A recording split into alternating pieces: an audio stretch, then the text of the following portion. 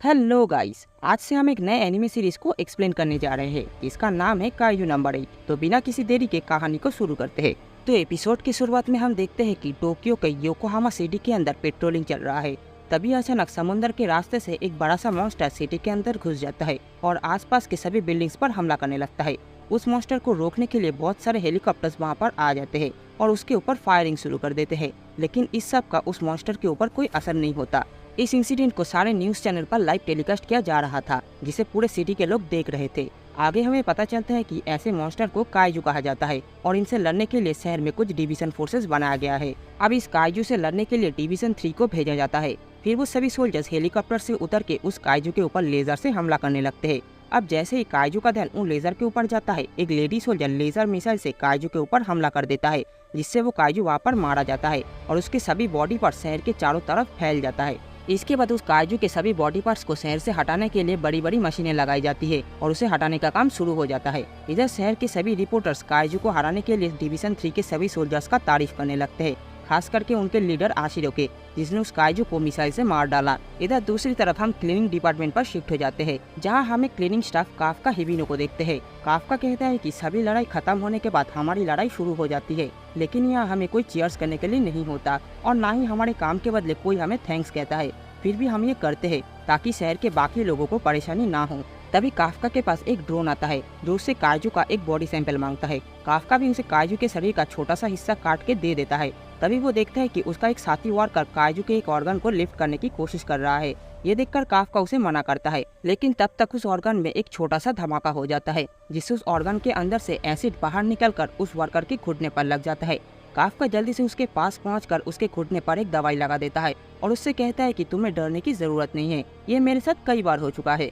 Kafka सोचता है कि जब भी डिवीजन 3 किसी काइजू को मारता है तो चीजें बहुत ज्यादा खराब हो जाती है। हमें इतने बड़े काइजू को साफ करने के लिए सिर्फ एक ही हफ्ता मिला है, पता नहीं हम ये टाइम पर कैसे पूरा करेंगे। आगे काफका को काइजू के पोटी वाले हिस्से में काम करने के लिए भेज दिया जाता है, जहाँ पर इतनी सारी गंदगी होती है कि काफका की हालत खराब हो जाती है। अब आगे हम देखते हैं कि काफका अपना काम खत्म करके अपने घर वापस आ जाता है। वो बहुत ज्यादा थक चुका था, इसीलिए वो आराम करने की कोशिश करता है, लेकिन अभी भी उसे काइजू के पोटी की स्मेल आ रही थी। आगे टीवी न्यूज में बताया जाता है कि कैसे डिवीजन 3 और उनके लीडर आशिरो ने काइजू को मार गिराया। यहाँ हमें पता चलता है कि आशिरो सिर्फ 27 साल की है और उसने अभी तक 100 से भी ज्यादा काइजू को मार चुका है। आशिरो को देखकर काफका अपने बचपन को याद करने लगता है, जहाँ पर वो दोनों एक दूसरे से प्रॉमिस करते हैं कि बड़े होकर वो लोग एक साथ काइजू से लड़ेंगे। काफका सोचने लगता है कि सफाई करना भी एक इम्पोर्टेंट काम है और इसके बिना ये शहर नहीं चल सकता। इस काम के वजह से ही मुझे एक अच्छा सा घर मिला है और मुझे खाने को भी मिलता है। अब अगली सुबह काफका फिर से अपने काम पर चला जाता है। वहाँ उसे पता चलता है कि आज से एक नया लड़का उन्हें ज्वाइन करने वाला है। उसका नाम लेनो इचिकावा है। इचिकावा डिफेंस फोर्स को ज्वाइन करना चाहता है और उसके लिए प्रिपरेशन ले रहा है। हमें पता चलता है कि काफका ने भी डिफेंस फोर्स के लिए एग्जाम दिया था, लेकिन वो फेल हो गया था। इचिकावा काफका से पूछता है कि आखिर फेल होने के बाद उसने हार क्यों मान ली और दोबारा ट्राई क्यों नहीं किया, जिस पर काफका बताता है कि मैंने एग्जाम पर अपनी पूरी कोशिश की थी, शायद मैं यहीं तक पहुंच सकता था। तुम ये समझ जाओगे जब तुम मेरे एज पर आओगे। काफका की बातें सुनकर इचिकावा कहता है कि मैं कभी भी गिव अप नहीं करने वाला, चाहे इसके लिए मेरी जान ही क्यों न चली जाए। अब अगले सीन में हम देखते हैं कि काइजू के हर एक बॉडी पार्ट्स को ले जाने के लिए सभी स्टाफ को अलग अलग टीम में बांट दिया जाता है। काफका और इचिकावा को आज फिर से पोटी वाले हिस्से में काम करने के लिए कहा जाता है, जिसे सुनकर काफका बहुत ज्यादा चिढ़ जाता है, लेकिन फिर भी वो उस काम को करने के लिए रेडी हो जाता है। उसका मैनेजर इचिकावा से कहता है कि काफका कभी भी किसी भी काम के लिए मना नहीं करता। अगर काफका ने अपने डिफेंस फोर्स के एग्जाम को पार कर लिया होता तो वो एक बहुत ही अच्छा सोल्जर बनता। अब आगे लंच ब्रेक शुरू हो जाता है, लेकिन बदबू की वजह से काफका और इचिकावा का हालत बहुत ही खराब हो जाती है। काफका इचिकावा की मदद करने के लिए उसे एक विटामिन पिल्स देता है और साथ ही में उसे 2 नोज बड्स देता है, लेकिन इचिकावा उसे लेने से मना कर देता है, जिस पर काफका उसे जबरदस्ती वो नोज बड लगाने की कोशिश करने लगता है। इसके बाद फिर से वो लोग काम पर लग जाते हैं। शाम को सभी लोग अपना काम खत्म करके वहाँ से चले जाते हैं। काफका देखता है कि फाइनली काइजू के पोटी वाले हिस्से का काम खत्म हो गया है। तभी वहाँ पर इचिकावा आ जाता है। वो काफका से लंच में उसकी हेल्प करने के लिए शुक्रिया कहता है। इचिकावा काफका को बताता है कि डिफेंस फोर्स में भर्ती होने का एज अब बढ़कर 33 साल कर दिया गया है। जब आप गिव अप करने की बात कर रहे थे तब आप थोड़े से उदास लग रहे थे, वैसे भी मुझे आपकी जिंदगी से कोई मतलब नहीं है। अब इचिकावा की बातें सुनकर काफका को भी थोड़ा सा हौसला मिलता है और वो इचिकावा से शुक्रिया कहता है। तभी अचानक एक काइजू जमीन के अंदर से बाहर निकलकर इचिकावा को खाने की कोशिश करने लगता है, लेकिन उससे पहले ही काफका बिजली की तेजी से इचिकावा को उस काइजू से बचा लेता है। इसके बाद काफका इचिकावा को वहाँ से भागने के लिए कहता है, लेकिन इचिकावा इसके लिए मना कर देता है। ये देखकर काफका उसे कहता है कि 2 लोग मरने से तो बेहतर है कि एक ही लोग मारा जाए, और वैसे भी तुम्हें डिफेंस फोर्स ज्वाइन करना है तो तुम अपनी जिंदगी को यहाँ पर क्यों गंवाना चाहते हो। अब ये सुनकर इचिकावा वहाँ से भाग जाता है। फिर काफका उस काइजू का ध्यान अपनी तरफ खींचते हुए वहाँ से भागने लगता है। ये देखकर वो काइजू भी उसका पीछा करने लगता है। तभी काफका को एक बिल्डिंग दिखाई देता है और वो उस काइजू से बचते हुए उस बिल्डिंग के अंदर घुस जाता है। वो देखता है कि बिल्डिंग के दूसरे साइड पर कांच लगा हुआ है, जिसके बाद वो उस कांच को तोड़ते हुए बिल्डिंग से कूद जाता है।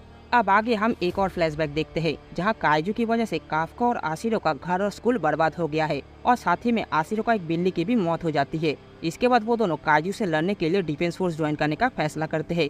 काफका आशिरो से कहते हैं कि तो देखते हैं कि फ्यूचर में हम दोनों में से कौन ज्यादा कूल ऑफिसर बनेगा। इसके बाद हम फिर से प्रेजेंट में आ जाते हैं, जहां काफका बिल्डिंग से नीचे कूद जाता है, लेकिन वो काइजू भी उसका पीछा करने लगता है। अब काफका एक रॉड की मदद से काइजू के पैर में हमला करने की सोचता है, लेकिन उससे पहले ही वो काइजू काफका के ऊपर हमला कर देता है, जिससे काफका बहुत घायल हो जाता है और उसका एक पैर भी टूट जाता है। अपने टूटे हुए पैर की वजह से वो हिल भी नहीं पा रहा था। फिर वो काइजू काफका को खाने के लिए आगे बढ़ता है, लेकिन तभी वहाँ पर इचिकावा आ जाता है और एक रॉड की मदद से उस काइजू के मुंह पर हमला कर देता है, जिससे उस काइजू को थोड़ा सा चोट भी लगता है।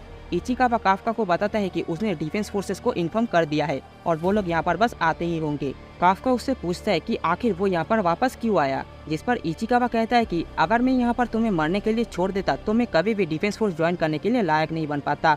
अब ये सुनकर काफका को अपने पास सीन याद आ जाता है, जहाँ पर वो डिफेंस फोर्स के एग्जाम में फेल हो गया था। काफका सोचने लगता है कि मैं आज भी बहुत ज्यादा कमजोर हूँ। मैं तब अपने दोस्त की कैट को नहीं बचा पाया था और आज भी मैं अपने को-वर्कर को नहीं बचा पा रहा हूँ। अब ये सब सोचकर काफका जोर से चीखने लगता है, लेकिन तभी अचानक एक व्हाइट टाइगर आकर उस काइजू के ऊपर हमला कर देता है और उसे एक झटके में ही मार डालता है। आशिरो अपने साथियों से काफका और इचिकावा का ध्यान रखने के लिए कहती है और खुद उस एरिया में बाकी के काइजू को ढूंढने निकल जाती है। आशिरो को वहाँ पर देखकर काफका बहुत ज्यादा शॉक हो जाता है। इसके बाद हम काफका को हॉस्पिटल बेड में देखते हैं। वो वहाँ पर आशिरो के बारे में सोचने लगता है। उसके बगल वाले बेड पर इचिकावा लेटा हुआ था। वो काफका से कहता है कि अगर तुमने उस वक्त काइजू से मेरी जान नहीं बचाई होती तो आज मैं मर चुका होता। तुम उस वक्त बहुत ही कूल लग रहे थे, तुम्हें डिफेंस फोर्स ज्वाइन कर लेना चाहिए। अब इचिकावा के बातें सुनकर काफका को आशिरो के साथ अपना प्रॉमिस याद आ जाता है। वो खुद से कहता है कि मैं हर वक्त अपने आप से नहीं भाग सकता। इसके बाद काफका इचिकावा को शुक्रिया कहता है और एक और बार फिर से डिफेंस फोर्स के एग्जाम देने का फैसला करता है। तभी अचानक उसके सामने एक छोटा सा काइजू आ जाता है। वो काइजू काफका से कहता है कि आखिरकार मैंने तुम्हें ढूंढ ही लिया। इसके बाद वो काइजू काफका के शरीर में घुस जाता है, जिससे उसके शरीर में चेंजेस होना शुरू हो जाता है। काफका को ऐसा देखकर इचिकावा उसके पास चला जाता है। इचिकावा देखता है कि काफका इंसान से एक काइजू में बदल गया है। काफका को ऐसा देखकर इचिकावा डर जाता है। काफका उसे समझाने की कोशिश करता है कि ये वही है, लेकिन तभी एक और इंसान काफका को इस रूप में देख लेता है और तुरंत डिफेंस फोर्स में इन्फॉर्म कर देता है। अब ये देखकर वो दोनों वहाँ से भागने का सोचता है। इसके बाद हम फिर से एक और फ्लैशबैक देखते हैं, जहाँ काफका और आशिरो एक साथ काइजू से लड़ने का टेक्निक के बारे में पढ़ रहे थे। काफका कहता है कि हमें सबसे पहले काइजू के पैर में हमला करना चाहिए, जिससे वो कहीं भी भाग ना सके। आशिरो काफका से कहती है कि काइजू इतने बड़े होते हैं कि मैं उनके सामने जाते ही डर जाती हूँ। इस पर काफका कहता है कि तुम्हें डरने की कोई जरूरत नहीं है, क्योंकि मैं हमेशा तुम्हारे साथ रहूंगा। इधर प्रेजेंट में आशिरो नहाते वक्त अपने बचपन को याद करने लगती है। तभी उसे एक कॉल आता है, जिसमें बताया जाता है कि हॉस्पिटल में एक काइजू को देखा गया है। अब आशिरो उस काइजू को मारने के लिए अपने टीम को तैयार होने के लिए कहती है और इसी के साथ ये वाली एपिसोड भी यहीं पर खत्म हो जाती है। तो दोस्तों, इस सीरीज का पहला एपिसोड आप लोगों को कैसा लगा कमेंट बॉक्स में जरूर बताना, और आज का वीडियो पसंद आए तो लाइक एंड शेयर जरूर कर देना। चैनल पर नए हो तो सब्सक्राइब करके बेल आइकन को दबा देना। मैं मिलता हूँ आप लोगों से अगली बार, तब तक के लिए गुड बाय।